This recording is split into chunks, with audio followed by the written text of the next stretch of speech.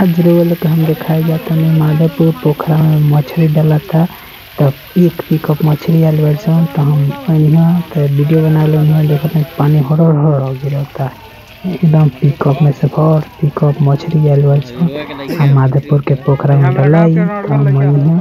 तो लड़का हमारे देख के हंस के वीडियो बना बतावे हमने को फोटो आई तो हम ठीक बा तो हमके फोटो एकदम जल्दी मछली झुलाए लगल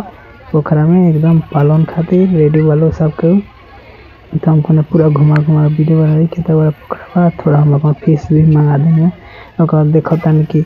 लड़का पूरा एने से एने कल वालों एकदम तबातोर एकदम मछली छोड़ा रहा सन देखिए छोट मछली ना आते देखो भी तक वर्ष बड़े वर्ष हम तो से बुझे टेंगरा वर्ष तो पियासी डाला था मछली मन बहुत लड़का हाला कर स्कूल के टाइम रोल तब तोर मछली डाले लगल ओने छेका भी आ रहा तो लोग ओना बिजी रहा तो